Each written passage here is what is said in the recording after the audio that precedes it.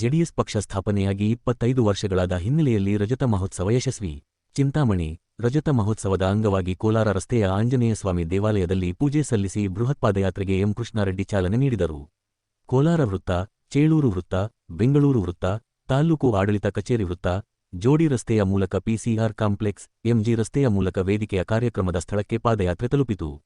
ದೇವೇಗೌಡ ಮತ್ತು ಕುಮಾರಸ್ವಾಮಿ 25 ವರ್ಷಗಳ ಕಾಲ ಪಕ್ಷವನ್ನು ಕಟ್ಟಿ ಬೆಳೆಸಿದ್ದಾರೆ. ಮುಂದಿನ 25 ವರ್ಷಗಳ ಕಾಲ ನಿಖಿಲ್ ಕುಮಾರಸ್ವಾಮಿ ನೇತೃತ್ವದಲ್ಲಿ ಪಕ್ಷವನ್ನು ಕಟ್ಟಿ ಬೆಳೆಸುವ ಜವಾಬ್ದಾರಿ ಕಾರ್ಯಕರ್ತರ ಮೇಲಿದೆ ಎಂದು ಜೆಡಿಎಸ್ ಪಕ್ಷದ ಕೋರ್ ಕಮಿಟಿ ಅಧ್ಯಕ್ಷ ಎಂ ಕೃಷ್ಣಾರೆಡ್ಡಿ ಹೇಳಿದರು. ಜೆಡಿಎಸ್ ಪಕ್ಷ ಸ್ಥಾಪನೆಯಾಗಿ 25 ವರ್ಷಗಳಾದ ಹಿನ್ನೆಲೆಯಲ್ಲಿ ಶನಿವಾರ ನಗರದಲ್ಲಿ ಆಯೋಜಿಸಿದ್ದ ಪಕ್ಷದ ರಜತ ಮಹೋತ್ಸವ ಕಾರ್ಯಕ್ರಮದಲ್ಲಿ ಮಾತನಾಡಿದರು. ತಮಿಳುನಾಡು, ಆಂಧ್ರಪ್ರದೇಶ, ಗೋವಾದಲ್ಲಿ ಪ್ರಾದೇಶಿಕ ಪಕ್ಷಗಳು ಬಲಿಷ್ಠವಾಗಿವೆ. ರಾಜ್ಯದಲ್ಲೂ ಜೆಡಿಎಸ್ ಅನ್ನು ಬಲಿಷ್ಠ ಪ್ರಾದೇಶಿಕ ಪಕ್ಷವನ್ನಾಗಿ ಸಂಘಟಿಸಬೇಕು. ರಾಜ್ಯದಲ್ಲಿ ಮಾಜಿ ಮುಖ್ಯಮಂತ್ರಿ ದೇವರಾಜ ಅರಸ್, ಎಸ್ ಬಂಗಾರಪ್ಪ, ಬಿಎಸ್ ಯಡಿಯೂರಪ್ಪ ಪ್ರಾದೇಶಿಕ ಪಕ್ಷಗಳನ್ನು ಸ್ಥಾಪಿಸಿದರೂ ಉಳಿಸಿ ಬೆಳೆಸಲಾಗಲಿಲ್ಲ. ದೇವೇಗೌಡರ ಅನೇಕ ಸಂಕಷ್ಟ, ಏಳು ಬೀಳುಗಳ ನಡುವೆಯೂ ಪಕ್ಷವನ್ನು ಉಳಿಸಿಕೊಂಡು ಬಂದಿದ್ದಾರೆ. ಕಾರ್ಯಕರ್ತರು ಅವರ ಶ್ರಮವನ್ನು, ಸಂಘಟನಾ ಶಕ್ತಿಯನ್ನು ಸ್ಮರಿಸಬೇಕು ಎಂದರು. ರಾಜ್ಯದಲ್ಲಿ ಆಡಳಿತ ಯಂತ್ರ ಕುಸಿದು ಬಿದ್ದಿದೆ. ಮುಖ್ಯಮಂತ್ರಿ ಮತ್ತು ಉಪಮುಖ್ಯಮಂತ್ರಿ ಕುರ್ಚಿ ಕಿತ್ತಾಟದಲ್ಲಿ ತೊಡಗಿದ್ದಾರೆ. ಅವರಿಗೆ ರಾಜ್ಯದ ಜನತೆಗಿಂತ ಅಧಿಕಾರ ಮುಖ್ಯವಾಗಿದೆ. ಮುಖ್ಯಮಂತ್ರಿ ಮತ್ತು ಉಪಮುಖ್ಯಮಂತ್ರಿ ಜೆಡಿಎಸ್ ಪಕ್ಷದ ಕುರಿತು ಲಘುವಾಗಿ ಮಾತನಾಡುತ್ತಾರೆ. ಅವರು ಇತಿಹಾಸವನ್ನು ಗಮನಿಸಬೇಕು. ರಾಜಕೀಯದಲ್ಲಿ ಏಳು ಬೀಳುಗಳು ಸಹಜವಾಗಿರುತ್ತದೆ. ಅಧಿಕಾರದಲ್ಲಿರುವವರು ಗಾಜಿನ ಮನೆಯಲ್ಲಿದ್ದೇವೆ ಎಂಬುದನ್ನು ಮರೆಯಬಾರದು. ಮತ್ತೊಂದು ಪಕ್ಷದ ಬಗ್ಗೆ ಬಾಯಿಗೆ ಬಂದಂತೆ ಮಾತನಾಡುವುದು ಸರಿಯಲ್ಲ ಎಂದು ಹೇಳಿದರು. ಸಂಸದ ಮಲ್ಲೇಶಬಾಬು ಮಾತನಾಡಿ 2028ಕ್ಕೆ ಎನ್ಡಿಎ ನೇತೃತ್ವದಲ್ಲಿ ಎಚ್ ಡಿ ಕುಮಾರಸ್ವಾಮಿ ಮುಖ್ಯಮಂತ್ರಿಯಾಗುವುದು ಖಚಿತ. ಚಿಂತಾಮಣಿಯಲ್ಲಿ ಎಂ ಕೃಷ್ಣಾರೆಡ್ಡಿಯನ್ನು ಶಾಸಕರನ್ನಾಗಿ ನೋಡಬೇಕು. ಕಾರ್ಯಕರ್ತರು ಶ್ರಮವಹಿಸಿ ಪಕ್ಷದ ಸಂಘಟನೆ ಮಾಡಬೇಕು. ಕಾಂಗ್ರೆಸ್ ಪಕ್ಷದ ದುರಾಡಳಿತದ ಬಗ್ಗೆ ಜನರಿಗೆ ಮನವರಿಕೆ ಮಾಡಬೇಕು ಎಂದು ಸೂಚಿಸಿದರು. ಶಿಡ್ಲಘಟ್ಟದ ಶಾಸಕ ಬಿಎನ್ ರವಿಕುಮಾರ್ ಮಾತನಾಡಿದರು. ಪಕ್ಷದ ನಗರಸಭೆಯ ಮಾಜಿ ಸದಸ್ಯರು, ತಾಲ್ಲೂಕು ಪಂಚಾಯಿತಿ ಮಾಜಿ ಸದಸ್ಯರು, ಗ್ರಾಮ ಪಂಚಾಯಿತಿ ಅಧ್ಯಕ್ಷರು, ಸದಸ್ಯರು, ವಿವಿಧ ವೃಂದಗಳ ಪದಾಧಿಕಾರಿಗಳು, ಮುಖಂಡರು, ಕಾರ್ಯಕರ್ತರು ಭಾಗವಹಿಸಿದ್ದರು.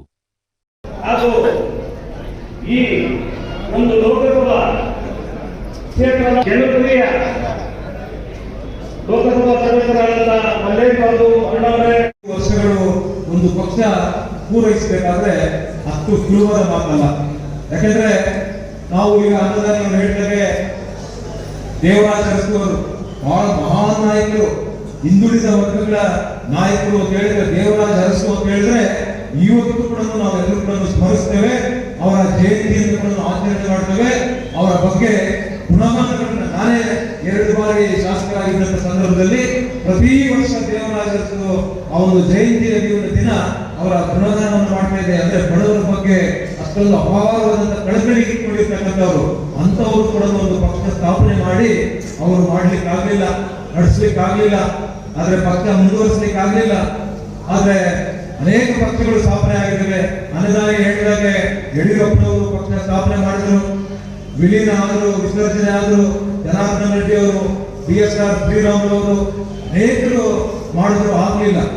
ಆದ್ರೆ ಇವತ್ತು ದೇವೇಗೌಡರು 25 ವರ್ಷಗಳು ಪೂರೈಸಿದ್ದಾರೆ ಅಂತ ಹೇಳಿದ್ರೆ ಅವರು ಎಷ್ಟು ಕಷ್ಟ ನಷ್ಟಗಳು ನೋವು ಅನುಭವಿಸಿದ್ದಾರೆ ಅಂತ ಹೇಳಿದ್ರೆ ಅವರ ಏಳು ಬೀಳುಗಳು, ಅವರ ಸಾಧಕ ಬಾಧಕಗಳು, ದುಷ್ಪರಿಣಾಮಗಳು, ರಾಜಕೀಯ ತಂತ್ರ ಕುತಂತ್ರಗಳನ್ನ ಎದುರಿಸಿ ಎಲ್ಲರನ್ನು ಮೆಟ್ಟಿ ನಿಂತು ನಾನು ಕಟ್ಟೇನೆ, ನಾನು ಇವತ್ತು ಅವರು 93 ವರ್ಷಗಳಾದ್ರೂ ಕೂಡ ನಾನು ಮೊನ್ನೆ ವೇದಿಕೆಯಲ್ಲಿ ಹೇಳ್ತಾ ಇದ್ರು, ನನ್ನ ಪ್ರಾಣ ಇರೋವರೆಗೂ ಒಂದೊಂದು ಕೊಟ್ಟು ರಕ್ತ ಇರೋವರೆಗೂ ಕೂಡ ಈ ರೈತರ ಪರವಾಗಿರ್ತೇನೆ, ಈ ಪಕ್ಷವನ್ನು ಉಳಿಸ್ತೇನೆ ಅನ್ನೋ ಮಾತನ್ನ ಆ ವೇದಿಕೆಯಲ್ಲಿ ಹೇಳ್ತಾ ಇದ್ದು ನೋಡಿದ್ರೆ ನಮ್ಮಂತ ಯುವಕರಿಗೆ ಎಲ್ಲರೂ ಕೂಡ ನಾಚುವಂತ ನಾಚಿಕೆ ಆಗ್ತಾ ಇದ್ರು. ನಮ್ಗೆ 93 ವರ್ಷದ ದೇವೇಗೌಡರು ಹಿರಿಯರು ಇಷ್ಟು ಇಂಥ ಮಾತನಾಡ್ತಾರಲ್ಲ ಅಂತ ಹೇಳಿ, ಅಂದ್ರೆ ಅವರು ಅಷ್ಟು ಶ್ರಮಪಟ್ಟು ಕಷ್ಟಪಟ್ಟು 25 ವರ್ಷಗಳು ಕಾಲ ಈ ಪಕ್ಷವನ್ನ ಕಟ್ಕೊಂಡು ಉಳಿಸ್ಕೊಂಡು 100 ಜನ ಹುಟ್ಟಾಕಿರ್ತಕ್ಕಂಥದ್ದು. ಈ ಪಕ್ಷದಲ್ಲಿ ಅನೇಕರು 100 ಜನ ಶಾಸಕರಾಗಿದ್ದಾರೆ, ಮಂತ್ರಿಗಳಾಗಿದ್ದಾರೆ, ಉಪಾಧ್ಯಕ್ಷರಾಗಿದ್ದಾರೆ, ವಿಧಾನಸಭೆಯಲ್ಲಿ ಸ್ಪೀಕರ್ಗಳಾಗಿದ್ದಾರೆ, ಜಿಲ್ಲಾ ಪಂಚಾಯಿತಿ ಅಧ್ಯಕ್ಷರುಗಳಾಗಿದ್ದಾರೆ, ವಿಧಾನ ಎಲ್ಲ ತರ ರಾಜಕೀಯವಾಗಿ ಹುಟ್ಟಾಕಿರ್ತಕ್ಕಂಥ ಪಕ್ಷ ಯಾವುದಾದ್ರು ಇದ್ರೆ ಅದು ಪ್ರಾದೇಶಿಕ ಪಕ್ಷ, ಅದು JDS ಪಕ್ಷ ಅನ್ನುವಂಥದ್ದನ್ನ ನಾವ್ಯಾರು ಕೂಡ ಮರೆಯಬಾರದು. JDS ದೇವೇಗೌಡರ ಜೊತೆಗೆ ಆವತ್ತಿನ ಕಾಲದಲ್ಲಿ 99ರಿಂದ ಕೂಡ ಆವತ್ತಿನ ಕಾಲದಲ್ಲಿ ಅನೇಕರು PGR ಸಿಂಧ್ಯಾ ಇರ್ಬೋದು, ಸಿದ್ದರಾಮಯ್ಯನವರು ಇರ್ಬೋದು, ಬೈರೇಗೌಡರು ಇರ್ಬೋದು, ನಾಗೇಗೌಡರು ಇರ್ಬೋದು, ಚೆನ್ನಿಗಪ್ಪ ಇರ್ಬೋದು, ಅನೇಕ ಮುಖಂಡರು ಶಾಸಕರಾಗಿ ಮಂತ್ರಿಗಳಾಗಿ ಕೆಲಸ ಮಾಡಿರ್ತಕ್ಕಂಥ ದೇವೇಗೌಡರ ಜೊತೆಯಲ್ಲಿ ಅವರು ಕೂಡ ಕೆಲಸ ಮಾಡ್ಕೊಂಡು ಬಂದಿರತಕ್ಕಂಥದ್ದನ್ನ ನಾವು ಕಂಡಿದ್ದೇವೆ. ಅದರ ಜೊತೆಯಲ್ಲಿ ಈ ರಾಜ್ಯದಲ್ಲಿ ಇರ್ತಕ್ಕಂಥ ಎಲ್ಲ ವರ್ಗದ ನಾಯಕರು ದೇವೇಗೌಡರಿಗೆ ಜೊತೆಗೂಡಿ ಅವರಿಗೆ ಒಂದು ಭುಜಕ್ಕೆ ಭುಜ ಕೊಟ್ಟು ಪಕ್ಷವನ್ನ ಉಳಿಸ್ಕೊಂಡು ಬಂದಿರ್ತಕ್ಕಂಥದ್ರಲ್ಲಿ ಅವರ ಪಾತ್ರ ಕೂಡ ಬಹಳ ಮಹತ್ತರವಾಗಿದೆ, ಅಪಾರವಾಗಿದೆ ಅನ್ನುವಂಥದ್ದನ್ನ ಕೂಡ ಅವರ ಜೊತೆಯಲ್ಲಿ ಇದ್ದಂತ ನಾಯಕರು ಈ ಪಕ್ಷವನ್ನು ಉಳಿಸಲಿಕ್ಕೆ ಎಷ್ಟು ಶ್ರಮ ಪಟ್ಟಿದ್ದಾರೆ, ಎಷ್ಟು ಕಷ್ಟಪಟ್ಟಿದ್ದಾರೆ, ಅಲ್ಲಿ ಅವರನ್ನು ಕೂಡ ಈ ಸಂದರ್ಭದಲ್ಲಿ ನಾವು ಸ್ಮರಿಸಬೇಕಾಗ್ತದೆ. ಅದಾದ ನಂತರ ಕುಮಾರಣ್ಣವರು ಕೂಡ ಕುಮಾರಣ್ಣವರು ಜವಾಬ್ದಾರಿಯನ್ನು ತಗೊಂಡು ಅವರ ಜೊತೆಯಲ್ಲಿ ಇವತ್ತು ಅವರ ಸಮಕಾಲಿಕರು ಬಹಳಷ್ಟು ಜನ ಎಲ್ಲ ವರ್ಗದ ನಾಯಕರು ಕೂಡ ಇವತ್ತು ಕುಮಾರಸ್ವಾಮಿ ಅವರ ಜೊತೆಯಲ್ಲಿ ಕೂಡ ಇವತ್ತು ಬಂದಿರತಕ್ಕಂಥದ್ದು. ಅವರು ಕೂಡ ಪಕ್ಷ ಕಟ್ಕೊಂಡು ಈ ಪಕ್ಷ 25 ವರ್ಷಗಳ ಕಾಲ ಉಳಿಬೇಕಾದ್ರೆ ಕುಮಾರಣ್ಣ ಅವರು ಕೂಡ ಅಪಾರವಾದಂತ ಒಂದು ಅವಿಸ್ಮರಣೀಯ ಒಂದು ಸೇವೆ ಈ ಪಕ್ಷಕ್ಕೆ ಇದೆ. ಅವರ ಜೊತೆಗಿರ್ತಕ್ಕಂಥ ನಾಯಕರು ಕೂಡ ಜೊತೆಯಲ್ಲಿ ಕೆಲಸ ಮಾಡಿ 25 ವರ್ಷಗಳು ಪೂರೈಸಲಿಕ್ಕೆ ಅವ್ರದ್ದು ಕೂಡ ಬಹಳಷ್ಟು ಸಹಕಾರ ಇದೆ. ಹಾಗಾಗಿ ಅವರನ್ನು ಕೂಡ ಈ ಸಂದರ್ಭದಲ್ಲಿ ನಾವು ಸ್ಮರಿಸಬೇಕಾಗ್ತದೆ. ಜೊತೆಗೆ ಇವತ್ತು ನಮ್ಮ ಯುವ ಘಟಕದ ಕರ್ನಾಟಕ ರಾಜ್ಯದ ಯುವ ಘಟಕದ ಯುವ ಕಣ್ಮಣಿ ನಿಖಿಲ್ ಕುಮಾರಸ್ವಾಮಿ ಅವರು ಈ ಕ್ಷೇತ್ರಕ್ಕೆ ಕೂಡ ಬಂದಿದ್ರು. ಈ ಕ್ಷೇತ್ರಕ್ಕೆ ಬಂದಂತ ಸಂದರ್ಭದಲ್ಲಿ ನೀವೆಲ್ಲರಿಗೂ ನಾನು ನಿರೀಕ್ಷೆ ಮಾಡಿರ್ಲಿಲ್ಲ. ಅವತ್ತು ನಾನು 2,000 ಜನ ಬರ್ಬೋದು ನಿಖಿಲ್ ಕುಮಾರಸ್ವಾಮಿ ಬಂದಾಗ ಅಂತ ನಾನು ಅಂದ್ಕೊಂಡಿದ್ದೆ. ನಾನು 2,000 ಜನಕ್ಕೆ ಅವತ್ತು ಊಟದ ವ್ಯವಸ್ಥೆ ನಾವು ಮಾಡ್ಕೊಂಡಿದ್ವಿ. ನಾನು ನಿರೀಕ್ಷೆ ಮೀರಿ 5,000 ಜನ ಬಂದ್ಬಿಟ್ಟು 5,000 ಜನ ಬಂದಾಗ ಅರ್ಜೆಂಟಾಗಿ ಏನು ಮಾಡೋಕ್ಕಾಗಲಿಲ್ಲ. ನನ್ನನ್ನು ಯಾರು ಬೈಕೊಂಡು ಹೋಗಿಲ್ಲ ಅಂತ ನನಗೆ ಒಂದು ವಿಶ್ವಾಸ ಇದೆ. ಊಟ ಸಿಕ್ಕಲಿಲ್ಲ ಅಂದ್ರೆ ನನ್ನನ್ನು ಯಾರು ಏನು ಅಂದ್ಕೊಂಡಿಲ್ಲ. ಆವತ್ತೇ ಅದೇ ನಮ್ಮ ಪ್ರಭಾಕರ್ ಅವ್ರ ಮನೆಯಲ್ಲಿ ಏನೋ ಒಂದು ಕಾರ್ಯಕ್ರಮ ಇತ್ತು, ಬಾಡೂಟ ಎಲ್ಲ ಆ ಕಡೆ ನೋಡ್ಬಿಟ್ಟು ಪ್ರಭಾಕರ್ ಇವತ್ತು ಇಡೀ ರಾಜ್ಯದಲ್ಲಿ ಎಲ್ಲೇ ಕಾರ್ಯಕ್ರಮಗಳಿರಲಿ.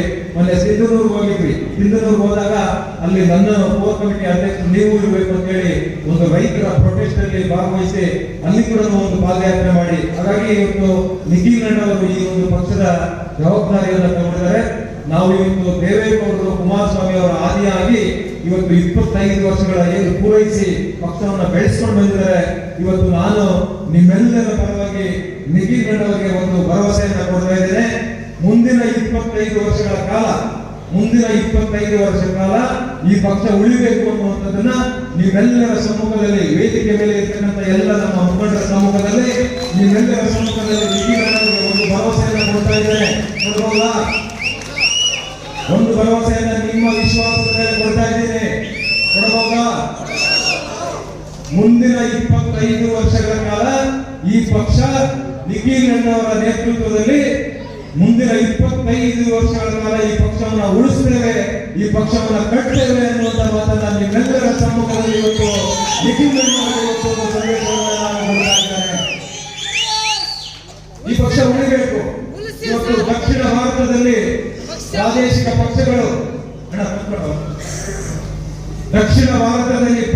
ಪಕ್ಷಗಳು ಬಹಳ ಬಲಿಷ್ಠವಾಗಿ ಇವತ್ತು ಬೇರೂರಿದೆ.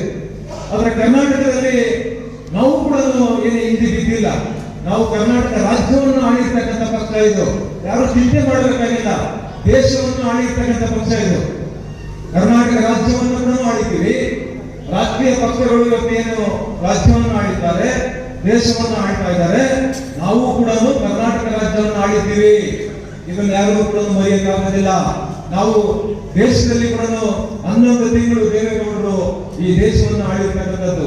ದೇವೇಗೌಡರು ಕೊಟ್ಟಿರ್ತಕ್ಕಂಥ ಕೊಡುಗೆಗಳು ಹೇಳಕ್ಕಾಗಲ್ಲ. 100 ಕೊಡುಗೆಗಳು. ನಾವು ಅಷ್ಟು ಹೇಳಕ್ಕಾಗೋದಿಲ್ಲ ಅಂತೇಳಿ ಕೆಳಗಿನ ಮಹಡಿಯಲ್ಲಿ ಕೆಳಗೆ ಒಂದು ಎಕ್ಸಿಬಿಷನ್ ಮಾಡಿದ್ದೀವಿ. ಅಲ್ಲಿ ದೇವೇಗೌಡರು ಕುಮಾರಸ್ವಾಮಿ ಅವರು ಕೊಟ್ಟಿರ್ತಕ್ಕಂಥ ಕಾರ್ಯಕ್ರಮಗಳು ಇವತ್ತು ನೀವು ಕೆಳಗಡೆ ಹೋದ್ರೆ ಊಟಕ್ಕೆ ಹೋದಾಗ ನೀವು ಊಟ ಮಾಡಿಕೊಂಡು ಆ ಎಕ್ಸಿಬಿಷನ್ ಅಲ್ಲಿ ಎಲ್ಲ ವಾಲ್ಗೆ ನಾವು ಅಂಟಿಸ್ಕೊಂಡು ಬಂದಿದ್ದೀವಿ. ಅವ್ರು ಏನೇನು ಕಾರ್ಯಕ್ರಮಗಳನ್ನು ಕೊಟ್ಟಿದ್ದಾರೆ ಅಂತ ಹೇಳಿ. ಆದ್ರೆ ಅಷ್ಟು ಕಾರ್ಯಕ್ರಮಗಳಿದೆ. ಆದ್ರೂ ಕೂಡ ಕೆಲವು ನಾನು ಇವತ್ತು ನಿಮ್ಮ ಮುಂದೆ ಹೇಳಬೇಕಾಗ್ತದೆ. ಆದ್ರೆ ರೈತರ ಪರವಾಗಿರ್ತಕ್ಕಂಥ ದೇವೇಗೌಡರು ಇವತ್ತು ಉದಾಹರಣೆಗೆ ಚನ್ನಪಟ್ಟಣ ತಾಲೂಕು ನೀರಾವರಿ ತಾಲೂಕು ಅಂತ ಹೇಳಿ ಅವರು ಒಂಥರ ನೀರಾವರಿ ತಾಲೂಕು ಅಂತಾನೆ ಇವತ್ತು ಚನ್ನಪಟ್ಟಣದಲ್ಲಿ ಇವತ್ತು ನೀರಾವರಿ ತಾಲೂಕು ಇದೆ ಅಂತ ಹೇಳಿದ್ರೆ ಅದಕ್ಕೆ ಕಾರಣ ಸಾಮಾನ್ಯ ಎಚ್ ಡಿ ದೇವೇಗೌಡರು ಅನ್ನುವಂಥದ್ದು. ಇವತ್ತು ದೇವೇಗೌಡರ ಡ್ಯಾಮ್ ಅಂತಾರೆ ಇಬ್ಲೂರಿನಲ್ಲಿ, ಚನ್ನಪಟ್ಟಣ ತಾಲೂಕಿನಲ್ಲಿ ಇಬ್ಲೂರಿನಲ್ಲಿ ಒಂದು ಸಿಂಸಾ ನದಿಗೆ ಬ್ಯಾರೇಜ್ ಅಂತ ಕಟ್ಟಿದ್ದಾರೆ. ನಾನು ಉಪಚುನಾವಣೆಯಲ್ಲಿ ಅಲ್ಲಿ ಹೋದಾಗ ನಾನು ರವಿಯಣ್ಣ ಮಲ್ಲೇಶ್ವರ ಎಲ್ಲರೂ ಕೂಡ ನಾವು ಹೋಗಿದ್ವು. ಆ ಭಾಗದಲ್ಲಿ ನೋಡಿದಾಗ ಆ ಭಾಗದ ಜನ ಹೇಳ್ತಾರೆ ಇದು ದೇವೇಗೌಡರ ಡ್ಯಾಮ್ ಅಂತಾರೆ. ಯಾಕಪ್ಪ ಏನು ಅಂತ ಹೇಳಿದ್ರೆ ದೇವೇಗೌಡರು ಅವರು ಮುಖ್ಯಮಂತ್ರಿಗಳಿದ್ದಂತ ಸಂದರ್ಭದಲ್ಲಿ ಅವರೊಂದು ಬ್ಯಾರೇಜ್ ಅನ್ನ ನಿರ್ಮಾಣ ಮಾಡಿರ್ತಕ್ಕಂಥದ್ದು ಬಹುಶಃ ಕರ್ನಾಟಕ ರಾಜ್ಯದ ಇತಿಹಾಸದಲ್ಲಿ ಪ್ರಥಮ ಅನ್ನುವಂಥದ್ದನ್ನು ಇವತ್ತು ನಾವು ಹೇಳಲಿಕ್ಕೆ ನಾನು ಬಯಸ್ತೇನೆ.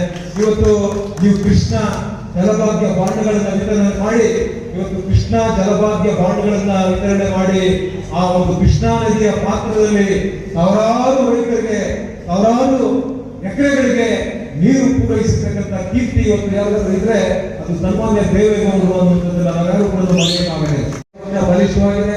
ಇವತ್ತು ಆಂಧ್ರ ಪ್ರದೇಶದಲ್ಲಿ ಪ್ರಾದೇಶಿಕ ಪಕ್ಷ ಬಲಿಷ್ಠವಾಗಿದೆ, ತೆಲಂಗಾಣದಲ್ಲಿ ಇವತ್ತು ಪ್ರಾದೇಶಿಕ ಪಕ್ಷ ಬಲಿಷ್ಠವಾಗಿದೆ, ಇವತ್ತು ಗೋವಾದಲ್ಲಿ ನೋಡಿ, ಮಹಾರಾಷ್ಟ್ರದಲ್ಲಿ ನೋಡಿ, ನೀವು ಎಲ್ಲಿ ನೋಡ್ತೀರಾ ಇವತ್ತು ರಾಷ್ಟ್ರೀಯ ಪಕ್ಷಗಳ ಮಧ್ಯೆ ನಾವು 25 ವರ್ಷಗಳ ಉಳ್ಕೊಂಡು ಬಂದಿರೋದೇ ದೊಡ್ಡದು. ಇನ್ನೂ 25 ವರ್ಷಗಳು, ಯಾಕಂದ್ರೆ ಗಟ್ಟಿಯಾದಂತ ಇವತ್ತು ನಾವು ವೇದಿಕೆ ಮೇಲೆ ಇರ್ತಕ್ಕಂಥವ್ರು ನಾವೆಲ್ಲರೂ ಕೂಡ ಇವತ್ತು ಬಹಳ ಘಂಟಾಘೋಷವಾಗಿ ಹೇಳ್ತಾ ಇದ್ವಿ, ನಮ್ಮಿಂದ ನೀವಲ್ಲ, ನಿಮ್ಮಿಂದ ವೇದಿಕೆ ಮೇಲೆ ಇರ್ತಕ್ಕಂಥವ್ರು, ನಿಮ್ಮಿಂದ ನಾನು, ನಿಮ್ಮಿಂದ ಇವತ್ತು ವೇದಿಕೆ ಮೇಲೆ ಇರ್ತಕ್ಕಂಥವ್ರು.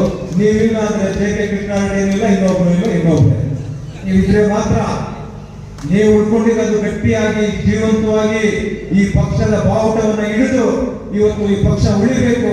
ರೈತರಿಗೋಸ್ಕರ ಈ ಪಕ್ಷ ಉಳಿಬೇಕು, ಮಹಿಳೆಯರಿಗೋಸ್ಕರ ಈ ಪಕ್ಷ ಉಳಿಬೇಕು, ಇವತ್ತು ದಲಿತರಿಗೋಸ್ಕರ ಈ ಪಕ್ಷ ಉಳಿಬೇಕು, ಇನ್ನುಳಿದ ವರ್ಗಗಳಿಗೋಸ್ಕರ ಈ ಪಕ್ಷ ಉಳಿಬೇಕು, ಇವತ್ತು ಮಕ್ಕಳಿಗೋಸ್ಕರ ಈ ಪಕ್ಷ ಉಳಿಬೇಕು ಅಂತ ಹೇಳಿದ್ರೆ ಅದು ನಿಮ್ಮಿಂದ ನಾವು ಇಲ್ಲಿ ನಿಂತು ಮಾತನಾಡುವಂತ ಶಕ್ತಿ ನಮಗೆ ಬಂದಿದೆ ಹೊರತು ನಮ್ಮಿಂದ ನೀವಲ್ಲ ಅನ್ನೋದನ್ನ ನಾವು ಅರ್ಥಕೊಂಡಿದ್ದೇವೆ. ಯಾವಾಗಲೂ ಕೂಡ ನಿಮ್ಮಿಂದ ಮಾತ್ರ ವೇದಿಕೆ ಮೇಲೆ ಎಷ್ಟೇ ಜನ ಬರ್ಬೋದು, ಆದ್ರೆ ವೇದಿಕೆ ಮುಂಭಾಗದಲ್ಲಿ ಯಾರಿರ್ತಾರೆ ಅವರಿಂದ ಮಾತ್ರ ಇಲ್ಲಿ ಕುತ್ಕೊಳ್ಳಿಕ್ಕೆ ಸಾಧ್ಯ, ಇಲ್ಲಿ ಮಾತಾಡ್ಲಿಕ್ಕೆ ಸಾಧ್ಯ ಅನ್ನುವಂತ ಅರಿವು ನಮಗಿದೆ. ಹಾಗಾಗಿ ಇವತ್ತು ಅನ್ನದಾನಿ ಅವರು ಹೇಳ್ತಾ ಇದ್ರು, ಕೆಲವರು ಟೀಕೆ ಮಾಡುವಂತದ್ದನ್ನ ಕೂಡ ಮಾಡ್ತಾರೆ. ಇವತ್ತು ಒಂದು ಮೊನ್ನೆ ಎಲ್ಲ ಒಂದು ಹೇಳಿಕೆಯನ್ನು ಕೊಡ್ತಾ ಇದ್ರು, ನೆಕ್ಸ್ಟ್ ನಾವು 4ಕ್ಕೆ ಬಂದ್ಬಿಡ್ತೇವೆ, ಆ ತರ ಮಾಡ್ತೀವಿ ಅಂತ ಹೇಳಿ. ನಾನು ಡಿ.ಕೆ. ಶಿವಕುಮಾರ್ ಅವರಿಗೆ, ಸಿದ್ದರಾಮಯ್ಯ ಅವರಿಗೆ ಒಂದು ಮಾತನ್ನ ಹೇಳಿಕ್ಕೆ ಇಷ್ಟಪಡ್ತೇನೆ. ಇತಿಹಾಸವನ್ನು ನೋಡಿ, 89ರಲ್ಲಿ ವೀರಪ್ಪ ಮೊಯ್ಲಿ ಅವರು ಮುಖ್ಯಮಂತ್ರಿಗಳಾಗಿದ್ರು. 89ರಲ್ಲಿ ವೀರಪ್ಪ ಮೊಯ್ಲಿ ಅವರು ಮುಖ್ಯಮಂತ್ರಿ ಆದ್ರೆ 94ರಲ್ಲಿ ಯಾಕೆ ಬಂದಿಲ್ಲ ಸರ್ಕಾರ? ಯಾಕೆ ಬಂದಿಲ್ಲ? ಬರ್ಲಿಲ್ಲ ಅಂದ್ರೆ ರಾಜಕಾರಣದಲ್ಲಿರ್ತಕ್ಕಂಥವರು ಒಂದು ಗಾಜಿನ ಮನೆಯಲ್ಲಿ ಇದೀವಿ ಎನ್ನುವಂಥದ್ದನ್ನ ಯೋಚನೆ ಮಾಡಬೇಕು. ಅಂದ್ರೆ ಇಷ್ಟ ಬಂದಂಗೆಲ್ಲ ಏನಂದ್ರೆ ಅದು ಮಾತಾಡಿದ್ರೆ ಆಗೋದಿಲ್ಲ. 94ರಲ್ಲಿ ದೇವೇಗೌಡರು ಮುಖ್ಯಮಂತ್ರಿಗಳಾದ್ರು, ಆಮೇಲೆ 96ರಲ್ಲಿ ಪ್ರಧಾನಮಂತ್ರಿ ಆದ್ರು, ಜೆ.ಎಚ್. ಪಟೇಲ್ ಅವರು ಬಂದ್ರು, 99ರಲ್ಲಿ ಎಸ್.ಎಂ. ಕೃಷ್ಣ ಅವರು ಬಂದ್ರು. ಅವತ್ತು 135 ಸ್ಥಾನ ಬಂತು, 135 ಸ್ಥಾನ ಬಂತು. ಅವತ್ತು 135 ಸ್ಥಾನ ಬಂದಾಗ 2004ರಲ್ಲಿ ನಡೆದ ಕರ್ನಾಟಕ ವಿಧಾನಸಭಾ ಚುನಾವಣೆಯಲ್ಲಿ ಏನಾಯ್ತು? ಎಸ್.ಎಂ. ಕೃಷ್ಣ ಅವರು ಬಂದಿಲ್ಲ, ಅವರ ಮಂತ್ರಿ ಮಂಡಲದಲ್ಲಿರ್ತಕ್ಕಂಥ ಒಬ್ರು ಗೆದ್ದಿಲ್ಲ. 34 ಜನ ಇದ್ರು, 34 ಜನ ಗೆದ್ದಿಲ್ಲ. ಆದ್ರೆ ಹೋಯ್ತಲ್ಲಿ ಅವತ್ತು 2006ರಲ್ಲಿ ಮತ್ತೆ ಧರ್ಮಸಿಂಗ್ ಅವರು 2004ರಲ್ಲಿ ಮುಖ್ಯಮಂತ್ರಿ ಆದರು. ನಮ್ಮ ಬೆಂಬಲದಿಂದ ಅವರು ಮುಖ್ಯಮಂತ್ರಿ ಆದರು. ಕಾರಣಾಂತರಗಳಿಂದ 2006ರಲ್ಲಿ ಕುಮಾರಸ್ವಾಮಿ ಅವರು ಮುಖ್ಯಮಂತ್ರಿ ಆದರು. ಕುಮಾರಸ್ವಾಮಿ ಅವರು ಯಡಿಯೂರಪ್ಪನವರಿಗೆ ಅಧಿಕಾರ ಕೊಟ್ಟಿಲ್ಲ ಅಂತ ಮತ್ತೆ 20 ತಿಂಗಳು ಆಗಿ ಕೊಡ್ಲಿಲ್ಲ ಅಂತ ಹೇಳಿ ಯಡಿಯೂರಪ್ಪನವರು ಇಡೀ ರಾಜ್ಯ ಪ್ರವಾಸ ಮಾಡಿ ನಮ್ಗೆ ಅನ್ಯಾಯ ಆಯ್ತು ಅಂತ ಹೋದಾಗ 2008ರಲ್ಲಿ ನಡೆದ ವಿಧಾನಸಭಾ ಚುನಾವಣೆಯಲ್ಲಿ ಯಡಿಯೂರಪ್ಪನವರಿಗೆ ಅವಕಾಶ ಕೊಟ್ಟರು. ಪೂರ್ಣ ಪ್ರಮಾಣದ ಅವಕಾಶ ಸಿಕ್ಕಿರಲಿಲ್ಲ, ಆದ್ರೂ ಇಂಡಿಪೆಂಡೆಂಟ್ ಅವರು ಇವರು ತಗೊಂಡು ಸರ್ಕಾರ ರಚನೆ ಮಾಡಿದ್ರು. 2013ರಲ್ಲಿ ಇವತ್ತು ಹೇಳ್ತಾರಲ್ಲ ಇವರು 4 ಕಳಿಸ್ಬಿಡ್ತೀವಿ 3 ಕಳಿಸ್ಬಿಡ್ತೀವಿ ಅಂತ. 2013ರಲ್ಲಿ ಸಿದ್ದರಾಮಯ್ಯ ಅವರು ಬಂದ್ರು. 18ರಲ್ಲಿ ಯಾಕೆ ಬಂದಿಲ್ಲ? 165 ಭರವಸೆಗಳನ್ನ ಪೂರೈಸಿದೀವಿ ಅಂತ ಹೇಳ್ತಾ ಇದ್ರು ಸಿದ್ದರಾಮಯ್ಯ ಅವರು. ಯಾಕೆ ಗೆದ್ದಿಲ್ಲ? 18ರಲ್ಲಿ ಯಾರ ಮನೆ ಬಾಗಿಲು ಹೋದ್ರು? ಡೆಲ್ಲಿಯಿಂದ ಯಾರು ಬಂದಿದ್ರು? ದೇವೇಗೌಡರ ಮನೆ ಹತ್ರ ಹೋದ್ರು. ದೇವೇಗೌಡರ ಮನೆಗೆ ಹೋಗಿ ನೀವೇ ಮುಖ್ಯಮಂತ್ರಿಗಳು ಕೇಳಿದ್ರು. ಗಾಜಿನ ಮನೆಯಲ್ಲಿದ್ದೀವಿ ಎನ್ನುವಂಥದ್ದನ್ನ ಅರ್ಥ ಮಾಡ್ಕೋಬೇಕು. ಇದು ರಾಜಕೀಯದಲ್ಲಿ ಏಳು ಬೀಳುಗಳು ಆಗ್ತಾ ಇರ್ತದೆ. ಒಂದ್ಸಾರಿ ನೀವು ಬಂದ್ರೆ ಇನ್ನೊಂದ್ಸಾರಿ ನಾವು ಬರ್ತೀವಿ, ಇನ್ನೊಂದ್ಸಾರಿ ಇನ್ನೊಬ್ಬರು ಬರ್ತಾರೆ, ಈ ರೀತಿ ಇರುತ್ತೆ. ಆದ್ರೆ ಇವತ್ತು ನೀವು ಈಗ ನಮ್ಮ ಅನ್ನದಾನಿ ಹೇಳಿದಾಗೆ ನೀವು ರಾಷ್ಟ್ರೀಯ ಪಕ್ಷ, ನೀವು 125 ವರ್ಷಗಳಾಗಿದೆ ನಮ್ಮ ಪಕ್ಷ ಸ್ಥಾಪನೆ ಆಗಿದೆ ಅಂತ ಹೇಳ್ತೀರಾ. ಬಿಹಾರಲ್ಲಿ ನಿಮ್ಮ ಸಂಖ್ಯೆ ಎಷ್ಟು? 6 ಸಿಂಗಲ್ ಡಿಜಿಟ್. ನಮ್ದು ಡಬಲ್ ಡಿಜಿಟ್ ಬಂದಿದೆ ಕರ್ನಾಟಕ ರಾಜ್ಯದಲ್ಲಿ. 19 ಇತ್ತು. ಕುಮಾರಣ್ಣ ಕೇಂದ್ರಕ್ಕೆ ಹೋದ್ಮೇಲೆ 18 ಆಗಿದೆ. ಆದ್ರೆ ನಿಮ್ಮ ಪರಿಸ್ಥಿತಿ ಏನಾಗಿದೆ? 125 ವರ್ಷ ಇತಿಹಾಸ ಇರ್ತಕ್ಕಂಥ ನಿಮ್ಮ ಪರಿಸ್ಥಿತಿ ಏನಾಗಿದೆ ಅನ್ನುವಂಥದ್ದನ್ನ ನೀವು ಸ್ವಲ್ಪ ನೀವೇ ಆತ್ಮಾವಲೋಕನ ಮಾಡ್ಕೊಂಡ್ರೆ ಒಳ್ಳೆಯದು ಅನ್ನುವಂಥದ್ದನ್ನ ಈ ಸಂದರ್ಭದಲ್ಲಿ ಹೇಳಲಿಕ್ಕೆ ನಾನು ಬಯಸ್ತೇನೆ.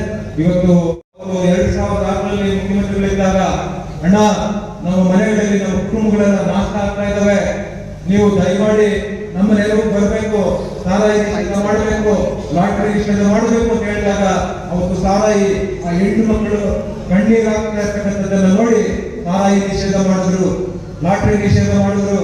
ಇವತ್ತು ಸಾವಿರಾರು ಪ್ರೌಢಶಾಲೆಗಳನ್ನ ಕೊಟ್ಟಿರ್ತಕ್ಕಂಥ ಕೀರ್ತಿ, ಇವತ್ತು ಕಾಲೇಜುಗಳನ್ನ ಕೊಟ್ಟಿರ್ತಕ್ಕಂಥ ಕೀರ್ತಿ, ಇವತ್ತು KPSC ಸ್ಕೂಲ್ಗಳನ್ನ, ಕರ್ನಾಟಕ ಪಬ್ಲಿಕ್ ಶಾಲೆಗಳನ್ನ ಕೊಟ್ಟಿರ್ತಕ್ಕಂಥ ಕೀರ್ತಿ ಇವತ್ತು ಯಾರಾಗಿದ್ರೆ ಅದು ಕುಮಾರಸ್ವಾಮಿ ಅವರಿಗೆ. ಇವತ್ತು ಕೂಡ ನೀವು ನೋಡಿ, ಇವತ್ತು ಕೇಂದ್ರದಲ್ಲಿ ಮಂತ್ರಿಗಳಾದ ನಂತರ ಆಂಧ್ರ ಪ್ರದೇಶದಲ್ಲಿ, ಇವತ್ತು ಆಂಧ್ರದಲ್ಲಿ ಅಲ್ಲಿ ಆರಾಧ್ಯ ದೈವ ಅಂತ ಕರೀತಾರೆ ಕುಮಾರಣ್ಣ. ಇವತ್ತು ನಿಜವಾಗ್ಲೂ ಕೂಡ ಕುಮಾರಣ್ಣ ಅವ್ರು ಏನಾದ್ರೂ ಒಂದು 10 ಸೀಟು ಕೀಪರ್ ಅಂತ ತಗೊಂಡು ಅಲ್ಲಿ ಏನಾದ್ರು ಹಾಕಿದ್ರೆ 10 MLA ಮಾಡುವಂತ ಶಕ್ತಿ ಇವತ್ತು ಆಂಧ್ರ ಪ್ರದೇಶದಲ್ಲಿ JDS ಪಕ್ಷ ಬಂದಿದೆ. ಅಭಿಷೇಕ ಮಾಡ್ತಾ ಇದ್ದಾರೆ. ಇವತ್ತು ಎಷ್ಟೋ ಮುಚ್ಚಿಕೊಂಡು ಅದನ್ನು ಮಾರಾಟ ಮಾಡ್ಕೊಂಡು ಹೋಗ್ಬೇಕು ಅಂತಿದ್ರು. ದೊಡ್ಡ ದೊಡ್ಡ ಕಂಪನಿಗಳನ್ನ ಮಾರಾಟ ಮಾಡ್ಲಿಕ್ಕೆ ಬಿಡೋದಿಲ್ಲ. ಆ ಭಾಗದಲ್ಲಿ ಇರ್ತಕ್ಕಂಥ ಉದ್ಯೋಗ ಕೊಡಬೇಕು ಅಂತ ಹೇಳಿ ಇವತ್ತು ಅಂತ ಒಂದು ಫ್ಯಾಕ್ಟರಿಯನ್ನ ಸ್ಥಾಪನೆ ಮಾಡಿ ಇವತ್ತು ಆ ಭಾಗದಲ್ಲಿ ಇರ್ತಕ್ಕಂಥ ಜನ ಕುಮಾರಸ್ವಾಮಿ ಅವರು ಇವತ್ತು ಆಂಧ್ರ ಪ್ರದೇಶಕ್ಕೆ ಆರಾಧ್ಯ ದೈವ ಅನ್ನುವಂತ ಮಾತುಗಳನ್ನ ಹೇಳ್ತಾ ಇದ್ದಾರೆ, ಅಭಿಷೇಕ ಮಾಡ್ತಾ ಇದ್ದಾರೆ. ಇಂಥ ನಾಯಕರು ನಮಗೆ ಬೇಕೆ. ಬಹುಶಃ ಅಲ್ಲಿರ್ತಕ್ಕಂಥ ನಾಯಕರಿಗೆ ಒಂದು ರೀತಿ ಮುಜುಗರ ಆಗ್ತಾ ಇದೆ. ಅಂತ ಒಂದು ಒಳ್ಳೆ ವಾತಾವರಣವನ್ನ ನಿರ್ಮಾಣ ಮಾಡಿದ್ದಾರೆ. ಅಂತ ಒಂದು ಫ್ಯಾಕ್ಟರಿಯನ್ನ ಸ್ಥಾಪನೆ ಮಾಡಿ ಪುನಶ್ಚೇತನ ಮಾಡ್ತಾ ಇದ್ದಾರೆ. ಇವತ್ತು ಕುಮಾರಸ್ವಾಮಿ ಅವರಿಂದ ಕಾರ್ಯಕ್ರಮಗಳನ್ನ ನೋಡಿ ಇಡೀ ದೇಶದಲ್ಲಿ ಬಹುಶಃ ಯುವರ ಯೋಗ್ಯತೆಗೆ, ಯಾಕಂದ್ರೆ ಕರ್ನಾಟಕದಲ್ಲಿ ಕೂಡ ಅನೇಕ ಯೋಜನೆಗಳನ್ನ ಕೊಡಬೇಕು ಅನ್ನುವಂಥವರಿದ್ದಾರೆ. ಆದ್ರೆ ಅಂತ ಯೋಜನೆಗಳನ್ನ ತರಬೇಕಂದ್ರೆ ಕರ್ನಾಟಕದ ಸರ್ಕಾರ ಸ್ಪಂದಿಸಬೇಕು, ಅವರಿಗೆ ಜಾಗವನ್ನ ಕೊಡಬೇಕು ಅಥವಾ ಕರೆಸ್ಪಾಂಡೆನ್ಸ್ ಮಾಡಬೇಕು. ಆದ್ರೆ ಎಲ್ಲೋ ಒಂದ್ ಕಡೆ ಅವರ ಹತ್ರ ಕರೆಸ್ಪಾಂಡೆನ್ಸ್ ಮಾಡಿ ಇಲ್ಲಿ ಫ್ಯಾಕ್ಟರಿಗಳು ಸ್ಥಾಪನೆ ಆದ್ರೆ ಆ ಕುಮಾರಸ್ವಾಮಿಗೆ ಎಲ್ಲಿ ಹೆಸರು ಬಂದ್ಬಿಡುತ್ತೋ ಅಂತ ಹೇಳಿ ಇವತ್ತುವರೆಗೂ ಕೂಡ ಒಂದು ಅರ್ಜಿ ಕೊಟ್ಟಿಲ್ಲ ಕುಮಾರಸ್ವಾಮಿ ಅವರ ಹತ್ರ. ಈಗ ಈ ಸರ್ಕಾರದಲ್ಲಿ ಇರ್ತಕ್ಕಂಥವ್ರು, ಈ ಸರ್ಕಾರದಲ್ಲಿ ಇವತ್ತು ಈ ಸರ್ಕಾರದಲ್ಲಿ ಹೀನಾಯ ಪರಿಸ್ಥಿತಿ. 135 ಸೀಟ್ ಅವರು ಕೊಟ್ಟರು ಕೂಡ ಕರ್ನಾಟಕ ರಾಜ್ಯದ ಜನ ಇವತ್ತು ನೀನಾ ನಾನ ಕಳೆದ 2.5 ವರ್ಷಗಳಿಂದ ಈ ರಾಜ್ಯದಲ್ಲಿ ಇವತ್ತು ನೀರಾವರಿ ಯೋಜನೆಗಳು ಕುಂಠಿತ ಆಗಿದ್ದಾವೆ. ಅಭಿವೃದ್ಧಿ ಯೋಜನೆಗಳಿಂದ ಇವತ್ತು ಸಾಲದ ಪ್ರಮಾಣ ಹೆಚ್ಚಾಗ್ತಾ ಇದೆ. ಇವತ್ತು ನೀವು ಸಾಲದ ಪ್ರಮಾಣವನ್ನು ನೋಡ್ಬಿಟ್ರೆ ಹೆಚ್ಚು ಬಿದ್ದು ಹೋಗ್ತೀರಾ. 99ರಲ್ಲಿ ಇವತ್ತು ನಾನು 99ರಿಂದ ನಿಮ್ಗೆ ಹೇಳ್ತೇನೆ, ಇವತ್ತುವರೆಗೂ ಕೂಡ 99ರಿಂದ ಈ ಕರ್ನಾಟಕ ರಾಜ್ಯದಲ್ಲಿ ಹೆಚ್ಚು ಸಾಲ ಮಾಡಿರ್ತಕ್ಕಂಥ ಮುಖ್ಯಮಂತ್ರಿಗಳು ಯಾರಾದರೂ ಇದ್ರೆ ಈ ಮಹಾನುಭಾವರು ಸಿದ್ದರಾಮಯ್ಯವರೇ. ಸುಮಾರು ನನಗೆ ಗೊತ್ತಿರೋ ನನಗಿರ್ತಕ್ಕಂಥ ಮಾಹಿತಿ 4 ಲಕ್ಷ, ಇವತ್ತು ನಮಗೆ 8 ಲಕ್ಷ ಕೋಟಿ ಕರ್ನಾಟಕದ ಸಾಲ ಇದೆ. 8 ಲಕ್ಷ ಕೋಟಿ. ಈ 8 ಲಕ್ಷ ಕೋಟಿಯಲ್ಲಿ ಸ್ವತಂತ್ರ ಬಂದಾಗಲಿಂದ 2013ರವರೆಗೆ ಬರೀ 3.5 ಲಕ್ಷ 4 ಲಕ್ಷ ಕೋಟಿ ಸಾಲ ಇದ್ದಿದ್ದು. ಇವರು ಇವತ್ತು ಈ 4 ಲಕ್ಷ ಕೋಟಿ ಸಾಲ ಮಾಡಿದ್ದಾರೆ. ಅಂದ್ರೆ ಇವತ್ತು ಈ ಸರ್ಕಾರ ನಡೀತಾ ಇರ್ತಕ್ಕಂಥದ್ದು ಸಾಲದಿಂದ ಸರ್ಕಾರ ನಡೀತಾ ಇದೆ. ಇವತ್ತು ನಾವೆಲ್ಲರೂ ಕೂಡ ಯೋಚನೆ ಮಾಡಬೇಕು. ಸಾಲ ಮಾಡಿ ಸರ್ಕಾರ ನಡೀತಾ ಇರ್ತಕ್ಕಂಥದ್ದು. ಇವತ್ತು ಮೊನ್ನೆ ಚಿಡವಾಡದಲ್ಲಿ ಒಂದು 2000 ಮಾಧ್ಯಮದಲ್ಲಿ ಅಂತ ಕೇಳ್ತಾರೆ, 2000 ಕೋಟಿ ಎಲ್ಲಿ ಬಂದ್ಬಿಟ್ಟು 2000 ಕೋಟಿ ನೀವು ಸಾಲ ಮಾಡಿದ್ದು. ಸಾಲ ಮಾಡಿ ನೀವೇ ಮಾಡ್ಬೇಕಾ? ನಾವು ರಾಧಾಕೃಷ್ಣ ಅವ್ರನ್ನ ಆಶ್ಚರ್ಯ ಕೂರಿಸ್ಬಿಟ್ರೆ ರಾಧಾಕೃಷ್ಣ ಅವ್ರು ಕೂಡ ನಡೆಸ್ತಾರೆ. ಮಾಧ್ಯಮದವ್ರು ನಾನು ನೋಡ್ತಾ ಇದ್ದೆ, ಮಾಧ್ಯಮದವರು ಪ್ರಶ್ನೆಗಳು ಮಾಡಿದಾಗ ಅವ್ರು ಒಂದು ಮಾತು ಹೇಳ್ತಾ ಇದ್ರು, ಬಿಜೆಪಿ ಅವ್ರ ಕೆಲಸ ಇಲ್ಲ, JDS ಅವ್ರ ಕೆಲಸ ಇಲ್ಲ, ಈ 2000 ಕೋಟಿ ಎಲ್ಲಿಂದ ಬಂದ್ಬಿಡ್ತು, 2000 ಕೋಟಿ ಅಭಿವೃದ್ಧಿ ಅಲ್ವಾ ಅಂತ. 2000 ಕೋಟಿ ಅಭಿವೃದ್ಧಿ ನೀವು ಮಾಡಿರೋ ಸಾಲ ಎಷ್ಟು? ಈ ಸಾಲದಲ್ಲಿ 1,16,000 ಕೋಟಿ ನೀವು ಸಾಲ ಮಾಡಿರೋದು. ಇವರು ಇಲ್ಲೇ ಹೇಳ್ತಾ ಇದ್ರು, ನಾನು ವಿಧಾನಸಭೆಯಲ್ಲಿ ಇದ್ದಂತ ಸಂದರ್ಭದಲ್ಲಿ ಯಡಿಯೂರಪ್ಪನವರು ಮುಖ್ಯಮಂತ್ರಿಗಳಿದ್ದಂತ ಸಂದರ್ಭದಲ್ಲಿ ಅವ್ರು ಹೇಳ್ತಾ ಇದ್ರು, ಕರ್ನಾಟಕ ರಾಜ್ಯದಲ್ಲಿ ಅಕಾಲಿಕ ಮಳೆ, ರೈತರ ಬೆಳೆ ಹಾನಿ, ರೈತರಿಗೆ ನಷ್ಟ ಆಗಿದೆ. ಎಷ್ಟಾಗಿದೆ? ಇವರೇ ಒಂದು ಸರ್ವೆ ಮಾಡಿದ್ರು, 55,000 ಕೋಟಿ ನಷ್ಟ ಆಗಿದೆ ಅಂತ ಹೇಳಿದ್ರು. ಈಗ ಅದಕ್ಕಿಂತ ಜಾಸ್ತಿ ಅಕಾಲಿಕ ಮಳೆ ಆಗಿದೆ. ಎಲ್ಲ ಕರ್ನಾಟಕದ ಬೇರೆ ಬೇರೆ ಜಿಲ್ಲೆಗಳಲ್ಲಿ ಇವ್ರು ಎಷ್ಟು ಗೊತ್ತಾ ಅಂದಾಜು ಮಾಡಿದ್ರು ಈಗ 500 ಕೋಟಿ. ನೀವು ಬೇರೆಯವರು ಮುಖ್ಯಮಂತ್ರಿ ಇದ್ರೆ ನೀವು ಅಂದಾಜು ಮಾಡೋದು 55,000 ಕೋಟಿ ಸಾಲ ಆಗಿದೆ ಅಂತ, 55,000 ಕೋಟಿ ನಷ್ಟ ಆಗಿದೆ ಅಂತ ನೀವು ಹೇಳ್ತಾ ಇದ್ರಿ. ಈಗ ನೀವು ಹೇಳ್ತಾ ಇದ್ರ 1,500 ಕೋಟಿ ನಷ್ಟ ಆಗಿದೆ, ರೈತರು ಕೊಡಬೇಕು. ನೀವು ಯೋಗ್ಯತೆಗೆ ಇವತ್ತವರೆಗೂ ಕೂಡ ಒಂದು ಬಿಳಿಗಾಸು ಕೊಟ್ಟಿಲ್ಲ ರೈತರಿಗೆ, ಮಠ ಕಳ್ಕೊಂಡಿದ್ದಾರೆ. ಇವತ್ತವರೆಗೂ ಕೂಡ ₹1 ಕೊಟ್ಟಿಲ್ಲ. ನೀವು ಇನ್ನೂ ಅಂಕಿಅಂಶಗಳಲ್ಲಿ 1,500 ಅಂತ ಇನ್ನೂ ವಿಧಾನಸೌಧದಲ್ಲೇ ಕೊಟ್ಟಿದ್ದೀರಾ. ಒಬ್ಬ ಜಿಲ್ಲಾ ಉಸ್ತುವಾರಿ ಮಂತ್ರಿ ಹೋಗಿ ಅಲ್ಲಿ ಆ ಭಾಗದಲ್ಲಿ ಏನಾಗಿದೆ ಆ ರೈತರಿಗೆ ಸಾಂತ್ವನ ಹೇಳುವಂತ ಯೋಗ್ಯತೆ ಇಲ್ಲ. ಯಾವ ಪುರುಷಾರ್ಥಕ್ಕೆ ಈ ಸರ್ಕಾರ ಇದೆ? ಇವತ್ತು 2.5 ವರ್ಷಗಳಿಂದ ಇವತ್ತು ಏನು ಈ ಸರ್ಕಾರದಲ್ಲಿ ನಡೀತಾ ಇದೆ, ಬರೀ ಇವತ್ತು ಮಾಧ್ಯಮಗಳ ಕೆಲವು ಸಂದರ್ಭಗಳಲ್ಲಿ ಅವ್ರು ಹೇಳ್ತಾರೆ, ಅವ್ರದೇ ಶಾಸಕರು ಬಂದು ಹೇಳ್ತಾರೆ ಈ ಗ್ಯಾರಂಟಿಗಳಿಂದ ನಮಗೆ ಹಣ ಬರ್ತಾ ಇಲ್ಲ ಅಂತ ಅವರೇ ಹೇಳ್ತಾರೆ, ಮಂತ್ರಿಗಳು ಹೇಳ್ತಾರೆ. ಆದ್ರೆ ಮಾಧ್ಯಮದ ಸೃಷ್ಟಿ ಅಂತ ಮಾಧ್ಯಮಗಳನ್ನ ಕೂಗೆ ಕೂರಿಸುವಂತ ಕೆಲಸವನ್ನ ಮಾಡ್ತಾರೆ. ಬೆಳೆದಾಗ ಅವರೇ ಏನೋ ಒಂದ್ ಕಡೆ ಮಾಧ್ಯಮದ ಜೊತೆ ಸಿಕ್ಕಿದಾಗ ಏನೋ ಒಂದು ಹೇಳಿಕೆ ಕೊಡ್ತಾರೆ, ಈ ಗ್ಯಾರಂಟಿಗಳಿಂದ ನಾವು ರೈತರ ಕಡೆ ಹೋಗಕ್ಕೆ ಆಗ್ತಾ ಇಲ್ಲ ಸರ್. ಪಾಪ ಹೆಣ್ಣು ಮಕ್ಕಳಿಗೆ ₹2,000 ಕೊಡ್ತಾರೆ. ಈ ಗ್ಯಾರಂಟಿಗಳು ಇವತ್ತು ನೀರಾವರಿ ಯೋಜನೆ ಎಲ್ಲಿ ಬಂದು ನಿಂತಿದೆ ಅಂದ್ರೆ ಬರೀ ರಾಜಕೀಯಕ್ಕಾಗಿ ಮಾತ್ರ ನಿಂತಿದೆ.